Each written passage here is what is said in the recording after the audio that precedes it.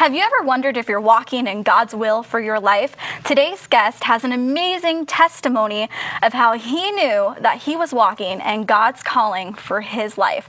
I have Gary Stevens, who is joining us to talk about everything that God has done in his life. You may know him as a DA investigator, or you may know him as Nikki Stevens' husband, because she has also been on Shasta's journey, and she is an incredible woman herself. So I'm excited to hear what God is doing in his family and also in his life. Thank you so much for joining us, Gary. Thank you for having me. Of course, I think it's been a long time coming. Yes, lots of things are, but that's all right. Yes, and I mean, God is just moving in your life. Yes, and other people around us, close to our family, is also moving in their lives as well. Mm-hmm. And that's why Shasta's Journey is here, so people like Gary can come on and share what God has done in his life.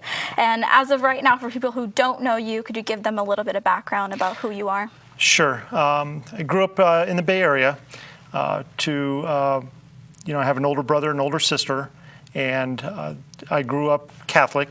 I was baptized Catholic, went through catechism, and eventually ended up going to Catholic grade school for 3 years, then Catholic high school.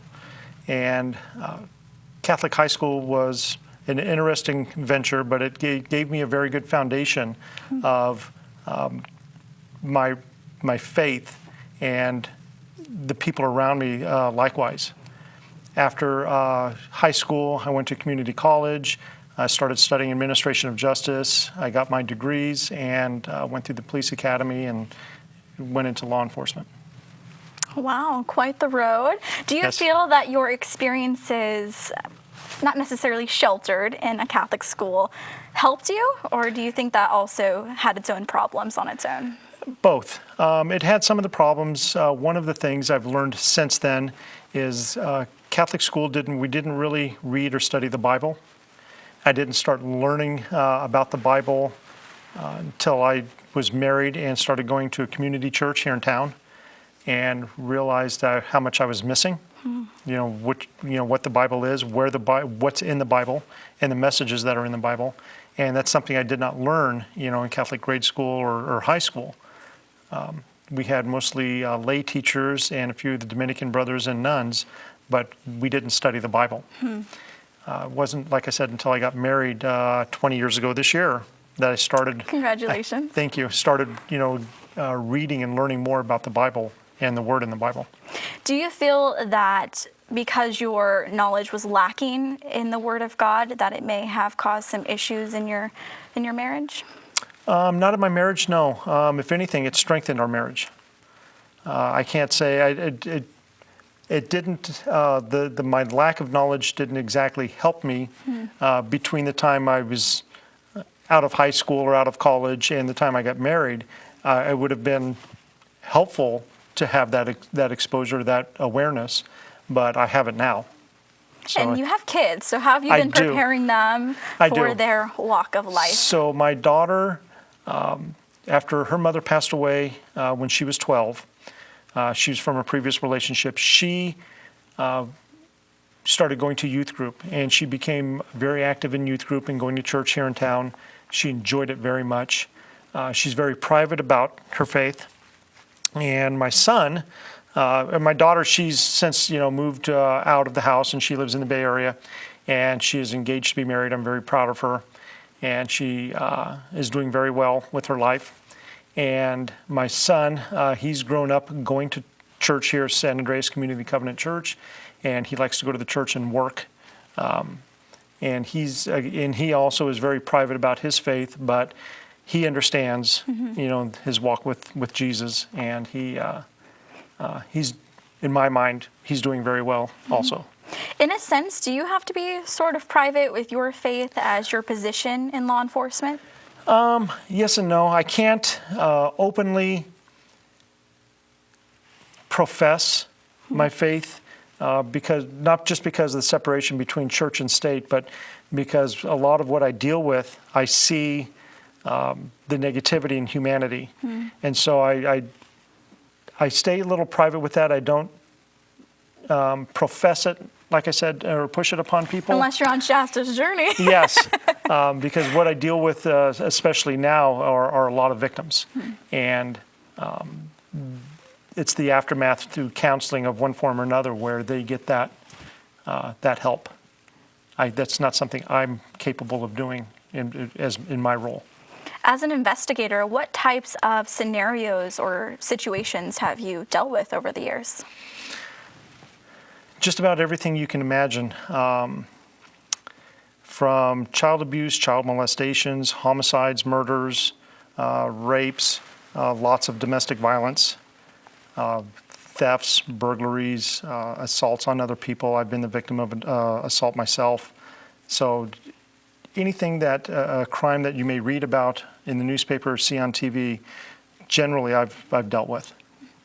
Okay, this might be kind of funny to ask, but I'm Okay. curious. Okay. Do you pray about the stories and situations as you're investigating it? Like, do you feel that God has helped you come up with some of the outcomes, per se? Well, I think I do privately, and I ask for guidance or awareness.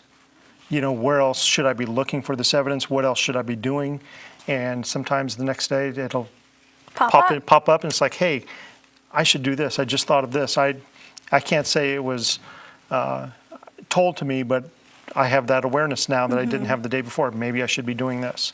So, yes, I do. So Absolutely. you definitely see God's hand moving and working in everything that you do. I do. I see it sometimes in some of the cases I work where I don't have to do anything because people actually, I don't want to say restore my faith in humanity, but there are people that do what we call come clean. And they do apologize.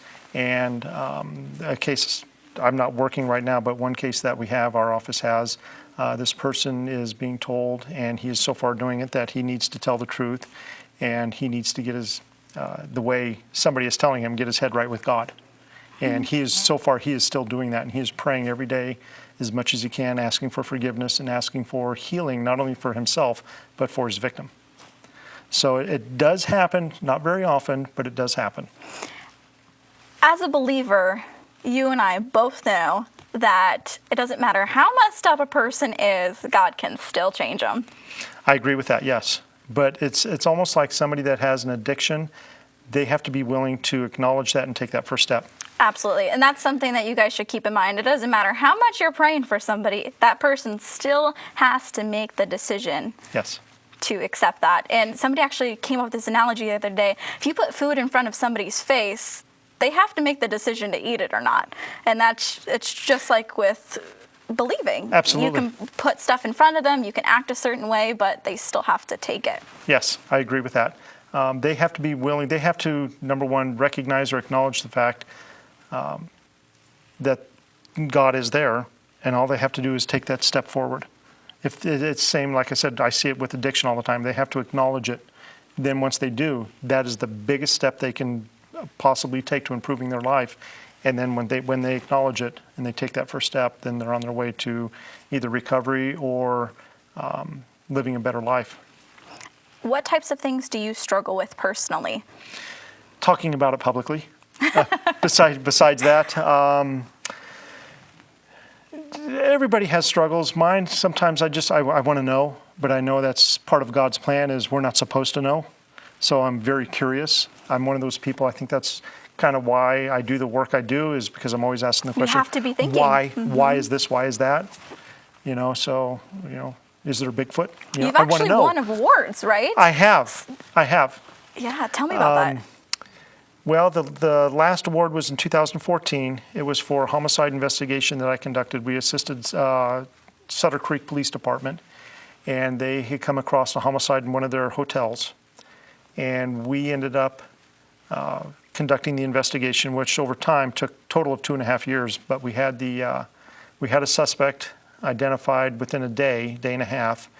And long story short, he fled in the middle of the night. He went to Cuba. He tried to come out under an assumed name. By that time, we had a warrant for his arrest with the assistance of the U.S. Marshal Service. When he returned to Tijuana, they boarded the plane and they took him into custody, took him to the border. The Marshal Service took him into custody. Sounds like a movie. Booked him into jail under our warrant, and the rest was lots and lots of long days of investigation. Ultimately, what happened was he was a jury convicted him of first-degree murder with a special circumstance of what's called lying in wait. And the investigation, some of the things that, some of the high points, I should say, was, the victim had some very unique wounds on her body, and we were able to, I found a knife or a similar make and model knife that he had purchased a couple of years prior. There were only 2 left in California, so we went to San Jose and we purchased it, and then we did our own reconstruction of those wounds. And when we showed those to the pathologist, they said, that's it. And so, we were able to put that same make and model knife in his hands at one point that has, since disappeared. How does it feel to figure out what happened and put somebody basically behind bars? Seek justice. It feels very good because one of the things that people don't understand is, as far as the district attorney's office, our job is, part of it is prosecuting, but the goal is to what we call seek justice. And sometimes, based on the best available evidence, justice is served by somebody either being not found guilty or of a lesser charge, or sometimes even greater charges, because that's the best evidence we have. The last thing in the world we want to do is prosecute somebody who is not responsible for certain charges. So, this case, like I said, we did a lot of these experiments. We did reconstruction of certain events in the crime, and the jury found him guilty, and he was sentenced to life without parole. He'll never, be free for, get out of prison. But my motivation comes from, I work for the victims. And many times it's one victim at a time, whether it's a 4-year-old little girl or boy, or it's a 20-year-old, kid going to college, or it's an elderly person. Doesn't matter who it is. I work for that victim, trying to do what we call make them whole again as best we can. I can't imagine how many people you've been able to impact through the position that God has given you. Yeah. There's people that still come up to me and say, hey, do you remember me? And I look at them and I don't remember, and I apologize, I'm sorry, I don't remember. And they said, well, this happened and this happened to me, and you helped me. And sometimes I remember, sometimes I don't, because there's just so many that I don't remember them all. But they do, and that tells me that I did have a positive impact on their life. Glory to God, though. Yes. Do you think that there is any downsides to your job? Do you feel that it takes a toll on you at all? Sometimes it does. Dealing with victims is not always easy, especially when it comes to children. It's difficult, but then I look at the person responsible, whether we're trying to identify them or I'm trying to gather more evidence to bring them to court. That helps me turn it around to a positive, and that's, like I said, that's where my motivation comes from, is working for that victim. And that all takes a lot of time, I'm sure. It can. There are some cases where something happened 10 or 15 years ago, and we don't have the physical evidence from that, so we have to work at gathering evidence in other aspects, other witnesses and recollections of certain things. Sometimes it's going back to a house where they used to live and showing them pictures. Do you remember this house? Yes, and this is where something like this happened, or I remember this and that. Just corroboration. How long do you guys normally hold on to a case? Is there at any point where you guys just give up? No. Sometimes a case will reach, I don't want to say a dead end, but there's just no fresh information. And there's no statute of limitations on murder, so it's always an open case. I know people down in the Bay Area, other investigators for police departments that are working cases from the late 60s, early 70s, because it's still an open murder case. So it just depends. Impressive. As long as the evidence is still available, or there's a possibility of gathering evidence, then we still pursue it. I'm sure that gives a lot of families out there hope who are still.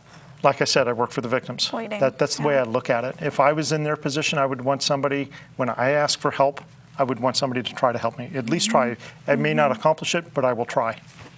I respect that. I have dealt with investigators in my past. In 2013, my uncle Eric went missing, and it was a huge search and rescue, and they had no idea what happened to him. Turns out he got into a car accident, but during the 8-day search, the investigator wanted to know, did you kill him? Did this happen? Did this happen? They have to look at all. Yes. All different scenarios. You got to point fingers to things that might even not be pointed. It's pretty I used to be a intense. search and rescue manager, and that was one of our one of the aspects we look at when we're looking for somebody lost in the hills.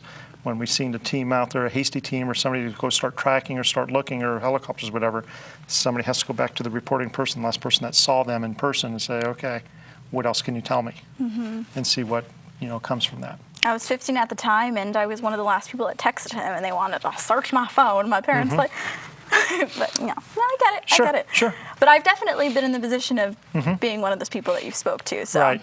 I mean, what they do is incredible. Also, a lot of hard work, I'm sure. Yes. How do you manage to not take it home with you, though? Because there's some jobs like yours Yeah. where you can take the stress home, and it can affect your relationship. And It can. Something I learned when I was younger and going to college was talking to these old-timer cops, these old school cops. And they, one of the things a couple of them told me, they said, don't take work home. Leave work at work. I said, well, what do you mean? Because I'm young and energetic and I want to get out there and I want to do this and do that. And they said, leave work at work. Because if you take work home, you'll either turn into an alcoholic, you'll come home, kick the dog, yell at the wife. It's a miserable life. And you should not, it's a job. Even though it is a career, it's still just a job. That's a good Your reminder. life and your personal life is more important. Your family is the most important thing, not the job. So I've always, tried to remember that and take that home and bring that home with me. what types of things do you do, whether that's on a daily basis, a weekly basis, a monthly basis, to be the man of God that you desire to be, also the husband you desire to be, and the father? Oh boy, I know, a mouthful. that's a lot. Well, aside from going to church every Sunday, my daily walk, I question, should I be doing this? Is this what I'm supposed to do? So no work on Sundays. That's a no-no.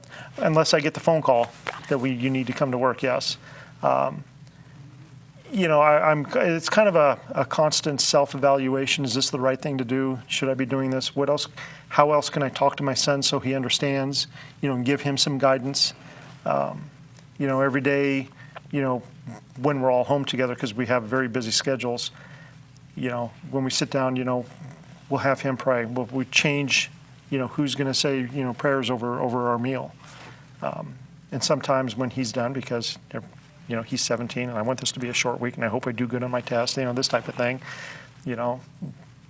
one of us, Nikki or I, will add some more prayers. Pray for our country, pray for our leaders, pray for our military that are overseas that can't be with their family. Pray for those who don't know God. Pray for those who are sick and need a healing hand. Things like that. There's lots to be prayed for. Absolutely, every day. What about you? What do you need prayers for if people are watching? To help, to give me strength to keep doing what I'm doing, to keep the attitude that I have, to keep doing, what I do. Not just in my daily walk, but in the work that I do and the other people that are still trying to help other people that need help. Not just, a healing hand, but to keep that motivation and drive to try to do the right thing to help other people that need awareness or their, I don't want to say faith restored in humanity, but to understand that there are other people out there that are willing to help them regardless of who they are, whatever their status is or their station in life.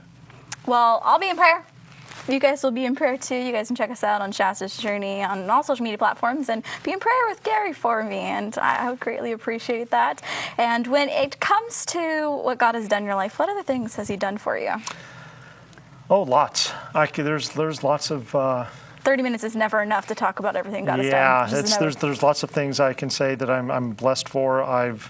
As a patrol deputy here in this county, I was on patrol, and I made a traffic stop, and a man opened fire on me with a machine gun, and filled my car full of bullet holes. And one bullet came through the windshield, struck me in the chest. Actually, struck me in the badge of all places. My vest underneath the badge is what actually, stopped the energy. Otherwise, we feel it would have perforated the badge and entered my chest. And I, backed my car up to exit what we call the kill zone, and I gave chase. Day and a half long manhunt. Another deputy, was wounded. A police dog was wounded, and people have said, well, you had angels watching over you, because that's, yeah.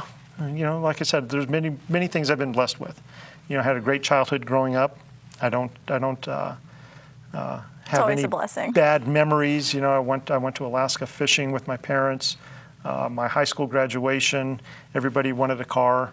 I already had a car and a job, so I went hunting with my father, and in Montana, and a couple of his friends. I suffered a significant knee injury I was able to recover from and still continue going to law enforcement. So I've been blessed in a lot of ways. I'm blessed with a beautiful wife and a great family. A job that I love because I do I'll get to attest to that. I get to help people. So, and not everybody gets to say that. So, yeah, that's kind of where I'm at.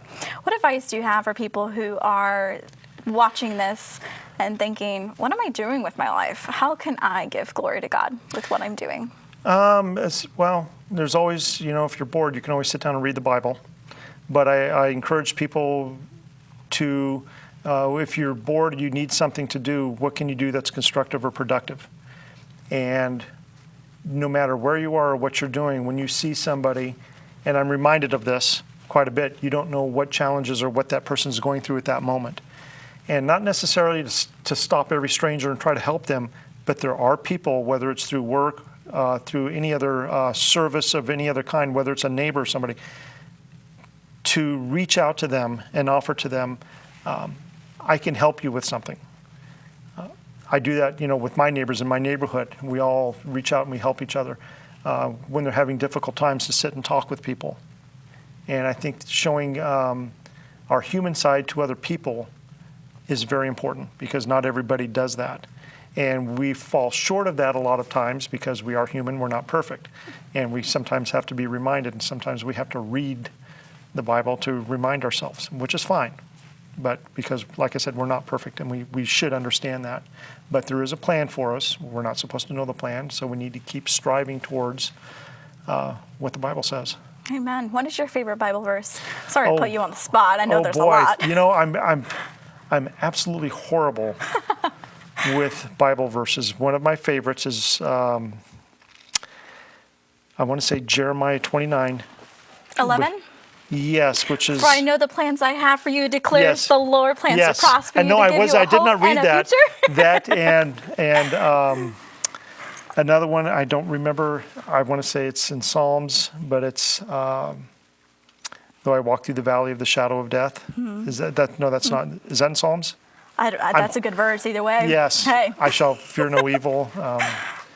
There's a couple that I'm absolutely horrible That's okay. at recalling the Bible, the chapter and verse, but it's written on your heart. Absolutely, and there's always a place. I don't know things word by word, but there's always a place to go look for it. Mm-hmm. So it's always there. This is true. By the way, for those that don't know, this random notebook that sits on my set, it is a notebook filled with inspiring words from all the guests who's ever been on Shasta's journey, and I have them write me little notes in case I ever feel discouraged along my path to purpose. Okay. And Gary, you'll be signing this. Oh, okay. Yes, ma'am. Yes. Well, after we're done here. Yes. Okay. What's coming forward for you in the years to come? What do you see yourself doing? Your son's getting ready to graduate here pretty soon. He is. And then you're going to have, an empty nest? We will have an empty nest. We still have our cats. We have our dog, his dog. Cats. Mm-hmm. Every time, I'm assuming this will happen too when my son leaves the nest. He will leave his pet behind just as my daughter did, and we still have her. The cat that, she's kind of a pain in the rear. Because more cat person, dog person? I love them both as long as they have a personality. Oh, okay. Okay. I don't like, animals that are mean. We've raised our animals. They're all rescues. We don't necessarily pay for animals. All of our animals were rescues at one point. And, when you get to know them and you watch their personalities develop and grow, you almost get a sense that they understand that and they appreciate being given an opportunity or a chance. So what's in it for me the next few years is just I'm still young enough where I can keep working. I enjoy work. Yeah, retirement's not coming anytime soon. So no, I was eligible. I reached minimum age to retire a few years ago, but like I said, But you love what you do. You still have the energy to do it. I do. I'm still young enough to work. I want to keep working. I enjoy it. There's no reason I'm sure to stop. Nikki's the same way. She'll be working forever, I'm sure. She will be busy doing something, whether it's work, it's volunteering. She has so many different hats. She'll does. Have one of them on either she way. Does. Yeah. She does. And she's also has a servant's heart. She likes to go out and she likes to help other people or serve other people and help them, not just in time of need, but just, whether it's through an organization or Sounds whatever. like a Proverbs 31 woman. Probably, yeah. See, I'm not going to remember that. It's okay. It's all good.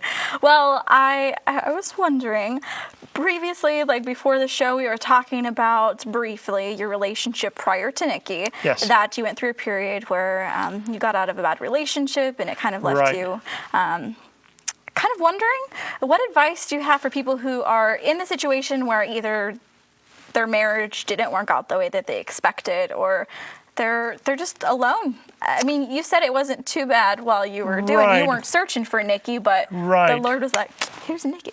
Right. Advice for people is that, God does have a plan for everybody, and whether or not we understand it, my personal belief is we're not supposed to know what it is.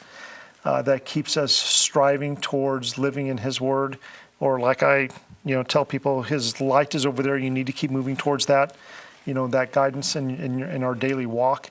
So I tell people that no matter how bad things are, somebody else probably has it worse. Mm-hmm. And it doesn't hurt at all to talk to people or ask for help. There's not a church of almost any denomination I can think of in the United States that would turn somebody away that was asking for help. So the help is there. All somebody has to do is, like I said, take that first step. Acknowledge that they want the help or they need the help. Take that first step. If people want to get in contact with you, how do they go about doing that? I currently, even though I live here in San Andreas, I work in Amador County in Jackson, the next county north, and I work for the district attorney's office. I can be reached there, usually Tuesday through Friday, but sometimes that changes, and I'm not always at my desk. Sometimes I'm out in the field. But and anybody here in town knows how to get a hold of me. Okay. I'm always around. Well, you guys can always reach out to me, and I'll see if Gary can speak to you. But mm-hmm. I definitely think you can teach or inspire others. And yes. I hope you guys have been sitting back and you've got something out of this. I know that I have. First off, we're not in control. No. Second off, we don't always know what's going to happen, nor are we supposed to. Right. We're just in it for the ride. Yeah, we're here. Every day is a gift.